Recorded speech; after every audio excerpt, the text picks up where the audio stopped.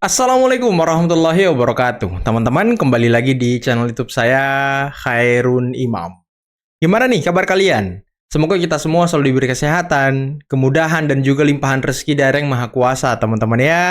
Nah, di video kali ini kita akan menyaksikan sebuah tayangan di mana Bung Semar Mardiansyah lagi-lagi tampil sangat superior dan membabat habis para gerombolan pembenci Pak Jokowi serta pemburu ijazah Pak Jokowi, termasuk Refly Harun, Rismon, dan juga kawan-kawan yang lain. Kalau memang kita lihat ya, Bung Semar ini kalau debat dengan gerombolan pembenci, dia itu selalu tenang, selalu santai, menyerang substansi yang mereka lakukan seperti bukti ijazah, penelitian, dan lain sebagainya. Dan lagi teman-teman, ada debat argumen antara kuasa hukum Pak Jokowi, yakni Bapak Rifai, melawan Ahmad Khozinuddin, pengacara Roy Suryo dan juga tersangka klaster pertama. Ya, walaupun kalau sekarang kita lihat Ahmad Khozinuddin ini mulai meredup teman-teman, mulai meredup karena dia sepertinya disalib oleh Refly Harun. Karena kan Refly Harun ini beserta bala RRT-nya itu tidak senang dengan apa yang dilakukan Khozinuddin, selalu tampil di TV dengan membawa nama Roy Suryo CS. Nah, mereka nggak suka nih.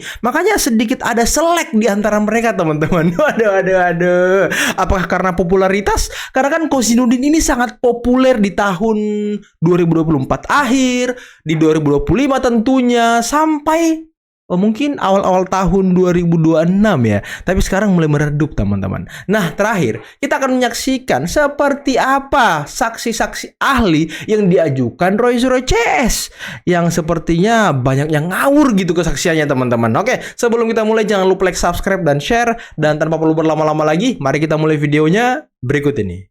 Yang paling penting nanti sidang MK, kalau memang 14 hari ya bisa diperbaiki dengan baik, saya rasa sih agak sulit itu. Tapi kalau memang sulit diperbaiki, gimana? Saya udah sering kalau misalnya pengalaman. nanti sidang, ya kan abang ketika berpengalaman juga kan nasihatnya banyak sekali itu dari nasihatnya para banyak. hakim. Sulitnya di mana? Nggak Nah ada yang makanya sulit. ketika nanti memang pernah sudah nggak sidang di MK? diajukan Bro. gitu ya, kalau nanti hasilnya sidang MK seperti apa, ya ditaati juga, jangan lagi Ngomong nanti sama orang nggak kemana-mana ngerti kan susah. gitu loh. Oke, baik. Anda Ya pernah Bang nggak Refly ada? jangan juga Anda merasa pernah si nggak paling sidang- ngerti gitu loh. Anda pernah Kan nggak ada sidang di hal-hal MK? juga yang kita ketahui tanpa Anda harus pernah kita nggak? ada Oke. di situ. Percuma juga kita baca dan Kita lain ngomong sebagainya gitu ya. sama orang yang Baik. nggak pernah Saya sidang rasa di MK. begitu. Oke, baik, kita tunggu nanti Makanya putusannya ya. cari yang selevel dong. Baik, Levelin. terima kasih Bang Refly, terima kasih Wah, Mas Abang jadi Semar telah kayak mirip bergabung Roy di Sapa Suryo, Bang. Indonesia Barat. Kayak mirip Roy Suryo. Seorang pakar hukum tata negara mirip Roy Suryo. Aduh, tapi memang teman-teman, lingkaran mereka ini ya, lingkaran pertemanan, persekelompokan orang-orang ini itu mirip-mirip kelakuannya. Kalau kalah debat, kalah argumentasi, nyerang pribadi orang seperti yang dilakukan Refly Harun tadi. Anda ini pernah sidang di MK nggak? Anda ini apa? Waduh. Saya pengalaman bro. Susahnya apa? Waduh. Si paling merasa paling hebat gitu ya kan, si paling aduh gimana ini, kok semuanya sudah ketularan ya kan. Memang luar biasa sih, saya angkat jempol sama Roy Suryo, bisa membuat orang itu mirip dengan kelakuannya. Wah, ini ilmu apa yang dimiliki Roy Suryo nih teman-teman. Bang tuh tong kosong nyaring bunyinya. Terlalu berisik tapi gak ada isi, Bang. Tong kosong nyaring Ilmiah bunyinya. apa? Lalu abang fotokopian kok ilmiah. Dari mana akal sehatnya? Karyamu apa? Oke, Enggak. baik. Nah kan karyamu apa? Mirip Refly Harun tadi. Kosong nyaring bunyinya, Bang. Abang Oke. terlalu berisik, Baik, tapi baik. mengklaim diri abang peneliti ilmiah dan Nah, sebagainya. sekarang- Alat uji abang aja nggak benar. Oke, sekarang- gitu loh. Jadi Sekarang jangan kalau saling juga abang tuding- seakan-akan bisa Oke, Bung sendiri Semar, gitu loh. Bung Rismon, Abang juga kalau siapa sekarang memang? saling tuding- Relawan Jokowi atau pro Jokowi itu menggoda ya, secara Menggoda. verbal untuk kami melakukan hal yang sama. Nggak usah, Bang. Padahal dulunya Nggak usah, Bang. mereka yang Di pengadilan pro aja, Jokowi nggak usah tergoda, diselesaikan Bang. Di pengadilan. Iyalah, nggak Kenapa usah lah. berubah? Justru Kita pengen berubah. juga ngeliat abang ditahan sama Roy Suryo dan kawan-kawan itu. Betul. Kita pengen banget melihat Roy Suryo ditahan. Betul itu Bang Semar. Dan tadi lihat lagi-lagi si Rismon ngomong, Anda pernah nulis buku apa? Nah kan, menyerang pribadi orang. Mirip memang orang-orang ini mirip. Ya, pantas saja kasus-kasus dan kelakuan mereka sama aja teman-teman, sama aja kayak Rismon, takut banget gitu ya kan. Kalau memang ya Ini saya kasih tahu sama kalian, ini logika sederhana. Kalau memang ijazah dia bener yang S3 Jepang itu, dan sekarang banyak dituduh oleh orang itu palsu, ya kalau memang dia yakin ijazahnya itu asli, pasti dia melaporkan orang-orang yang menuduh ijazahnya palsu. Karena itu kan fitnah, teman-teman. Itu kan fitnah. Tapi kenapa Rismond tidak melaporkan orang-orang ini sampai sekarang? Apakah karena analisis orang-orang ini benar? Ataukah memang ya sesuai dengan kenyataan yang disebutkan para analisis ini, teman-teman, kalau memang dia tidak punya ijazah S3. Nah, ini harus diklarifikasi dan dijawab oleh Rismond sesegera mungkin. Apalagi Bang Bill sudah melayangkan somasi. Bang Bill sudah melayangkan somasi kepada Rismond. Nah, ini bentar lagi bakal dilaporin, teman-teman. Hari ini kabarnya Rismond bakal dilaporkan ke polisi. Apakah lapornya nanti bakal diterima Polda? Nanti kita tunggu kabar dari teman-teman ya. Ini penting nih. Memang ada pesan dari arahan Presiden agar penanganan kasus ini harus hati-hati. Intinya mendalami lagi, mendetailkan setiap peristiwa ya. Sebenarnya yang didalami adalah terkait dengan objek yang kita laporkan, misalnya dilihat langsung kata-kata mana yang membuat Anda misalnya merasa harkat martabatnya terhina gitu ya, atau mana yang fitnah, mana yang penghinaan, itu satu persatu dibuka dan dibedah satu persatu. Jadi memang lebih sifatnya sih sama, keterangannya nggak jauh, tapi didetailkan saja. Didetailkan. Yang kedua, justru ini adalah bagian dari tindak lanjut pertemuan sejumlah tokoh nasional, termasuk tim kami, Pak Abraham Samad dengan Presiden Prabowo Subianto di 30 Januari yang lalu. Dan di antara pertemuan tim kami dengan Presiden, di antaranya adalah keluhan tentang soal kriminalisasi termasuk kasus ijazah palsu. Bentar. Tadi Kozinudin lagi-lagi mengklaim kalau Abraham Samad merupakan timnya. Waduh, rendah banget Abraham Samad kalau jadi timnya si Kozinudin. Abraham Samad ini mantan ketua KPK loh. Mantan ketua KPK. Kozinudin ini siapa, teman-teman? Siapa Kozinudin? Dan dia gak mengaku sebagai tim, mengakui Abraham Samad sebagai timnya. Ini kan konyol. Berarti Abraham Samad di bawah dia gitu, di bawah komando dia gitu. Loh, dan tadi dia bilang pesan Pak Prabowo katanya kasusnya harus hati-hati. Ya, ini kan sama dengan pesan dari Presiden ke-7 Bapak Joko Widodo yang mengatakan kepada polisi ya beserta kuasa hukumnya kalau ini tidak usah buru-buru, harus hati-hati karena Pak Jokowi tidak mau ada yang tidak bersalah tapi dihukum. Itu pesan Pak Jokowi. Makanya saya pribadi juga tidak pernah mendesak, bukan tidak pernah sih, tapi pernah mendesak mereka ditahan. Cuma ya kita ikut arahan Pak Jokowi aja lah. Jadi arahan Pak Jokowi kepada kuasa hukumnya kan jangan buru-buru. Nah, kita ikuti aja itu. Kita ikuti aja, teman-teman. Biar polisi bisa bekerja secara objektif. Nah, itu pesan dan arahan dari Pak Jokowi kepada kuasa hukumnya yang pernah disampaikan oleh Pak Rifai di Rakyat Bersuara. Jadi kita ikut itu saja, teman-teman. Oleh karena itu menjadikan Dr. Fauzia Tiasuma dan kawan-kawannya sebagai tersangka dalam kasus ini adalah bentuk kriminalisasi. Adalah bentuk kriminalisasi yang dalam bahasa agama adalah penzaliman. Nggak usah berseri-seri muka kau, Tifa. Nggak usah berseri-seri gitu muka kau, santai aja. Din Samsudin, siapa yang tahu jejak rekam Din Samsudin, teman-teman? Di akhir-akhir masa jabatan Pak Jokowi di tahun 2022, 23, 24, siapa yang tahu jejak rekamnya? Aduh, katanya kezoliman. Nah, kalau orang, saya tanya sama Din Samsudin nih, kalau orang menuduh ijazah Pak Jokowi itu palsu tanpa dia memberikan bukti yang valid, tanpa dia memegang ijazah Pak Jokowi yang asli, yang kertas, yang fisik, apakah itu bukan kezoliman? Ingin menggantung Bapak Pak Jokowi, ingin menusangkambangkan Pak Jokowi, ingin memenjarakan Pak Jokowi tanpa bukti loh. Apakah itu bukan bentuk kezaliman? Jangan-jangan Anda ngomong zolim, rupanya yang Anda bela yang zolim. Ini bahaya ini. Ditentang oleh agama. Seyogianya kasus ini dari awal diselesaikan secara berkeadilan, imparsial, Parsial. transparan, membuktikan betulkah atau tidak ijazah yang dipakai itu palsu. Itu saja. Itulah yang harus dilakukan terlebih dahulu. Salah. Maka keahlian Salah. saya menyatakan ya, Salah. dari sudut politik, etika dan moral, penersangkaan terhadap Dr. Fauzia Tiasuma dan kawan-kawannya itu adalah batal demi nilai-nilai etika, kebenaran dan keadilan. Waduh, etika, kebenaran, moral dan lain sebagainya. Coba Anda tanya sama orang yang Anda bela sekarang. Apakah mereka punya etika? Apakah mereka punya moral meneliti ijazah seseorang tanpa kulonuwon? Wih, kulonuwon. Apa artinya kulonuwon, teman-teman? Izin mungkin ya kulonuwonnya. Saya bukan orang Jawa, tapi tiba-tiba terbesit aja tadi. Kulonuwon itu mungkin izin, permisi gitu ya kan. Nah, coba Anda tanya sama klien Anda, pernah nggak mereka kulonuwon, izin, atau mungkin permisi kepada Pak Jokowi, kami akan meneliti ijazah Anda. Pernah nggak mereka melakukan itu?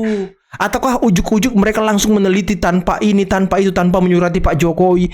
Apakah itu beretika? Apakah itu bermoral? Nah, coba tanya sama diri Anda. Itulah yang saya sampaikan. Waktu pertama kali Roy Suryo bilang ijazah Jokowi palsu 2 tahun 3 tahun lalu dan akan dikasusin, saya langsung berstatement kan, semua belum ada nih, ade apa segala belum ada yang bersuara. Baru saya lagi itu yang melawan keras Roy Suryo, sampai video saya viral kemana-mana. Saya bilang, Roy Suryo, sampai lu mati hidup lagi, mati lagi hidup lagi, mati lagi hidup lagi, mati lagi hidup lagi, nggak bakal bisa lu penjarain Jokowi karena ijazah. Betul. Apalagi lu bilang palsu. Kenapa? Karena ada hukum konstitusi yang memagari itu. Bukan hukum umum ya, hukum konstitusi. Kan jenjang konstruksi hukum itu ada garis-garis besar haluan negara, Undang-Undang Dasar 45, hukum konstitusi, hukum umum, undang-undang, lalu ada aturan, lalu ada kebijakan dan lain-lainnya, turunannya. Kalian siap dengar fakta yang bikin gak nyaman? Orang yang kalian bilang takut itu datang sendiri ke penyidik, diperiksa hampir 3 jam, jawab pertanyaan satu persatu, tanpa drama, tanpa sandiwara. Dan ini bukan sebagai tersangka. Ini karena beliau yang melaporkan dugaan fitnah. Artinya sederhana, yang kalian bangun berbulan-bulan sedang diuji di tempat yang nggak bisa dibohongi. Selama ini kalian berani karena mainnya di luar sistem. Main opini, main asumsi, main potongan narasi. Tapi begitu masuk ruang hukum, yang berlaku bukan siapa yang paling keras, yang berlaku bukti. Dan di situ mental kelihatan. Orang yang yakin pada kebenaran, tenang. Orang yang hidup dari tuduhan mulai goyah. Jadi sebelum bilang orang lain takut, pastikan dulu kalian siap berdiri di ruang yang sama. Karena beda antara viral dan benar. Viral itu cepat, benar itu tahan uji. Dan hari ini yang tahan uji sedang berjalan. Gimana pendapat kalian? Tulis pendapat kalian di kolom komentar. Salam Cikikis. Alam Cikikis. Kalau mau oposisi terhadap pemerintahan yang sekarang. Betul. Oposisi kan sama kayak jadi oposisi terhadap Majapahit juga lama-lama kan gitu. Ngapain jadi oposisi terhadap Majapahit? Gitu. Tapi mereka sebenarnya merasa ingin tanda kutip menyelamatkan Pak Prabowo. Rasanya kalau ingin menyelamatkan Prabowo itu selama ini kalau ingin menyelamatkan Pak Prabowo diganggu oleh atau bukan diganggu, dicawe-cawein oleh geng Solo gitu. Kalau misalnya ingin menyelamatkan Pak Prabowo, harusnya mereka menjadi bagian dari tim Pak Prabowo sebelumnya. Memang mereka bagian tim Pak Prabowo kan enggak. Malah bagian dari yang melemahkan Pak Prabowo selama ini tuh mereka. Coba cari satu kejadian, satu fakta. Pak Jokowi cawe-cawe terhadap Pak Prabowo. Ada enggak? Ya, jadi terlalu banyak berteori itu kayak apa ya? Kayak nyusahin diri sendiri gak sih? Betul, untuk mencari challenge. Untuk mencari sensasi gitu loh. Sama kayak gitu juga. Memikir yang aneh-aneh soal politik gitu. Kayak gitu tuh kayak nyusahin diri sendiri gitu. Ini agak paling gampang. Orang tuh dari omongannya. Mana omongannya yang jadi kenyataan atau enggak. Mana tebak-tebakannya yang jadi benar apa enggak. Mana orang yang analisisnya betul-betul analisis atau itu analisis bercampur harapan. 20% analisis, 80% harapan. Biar dapat jabatan. UGM sekarang tidak bisa Anda percaya begitu? Ya sulit saya percaya. Oke, kalau misalnya UGM tidak bisa Anda percaya sementara ijazah itu dikeluarkan oleh UGM, kepada siapa Anda bisa mengonfirmasi lembaga yang bisa Anda percayai? Arsip Nasional Republik Indonesia. Oke, tapi Arsip Nasional Republik Indonesia katanya yang lebih dia percaya untuk autentikasi ijazah Pak Jokowi. Nah, pertanyaannya, kalau Andri nerima ijazah Pak Jokowi, kepada siapa Andri melakukan verifikasi? Ya kepada UGM. Terus dia nggak percaya UGM. Aduh. Belum ada di sana.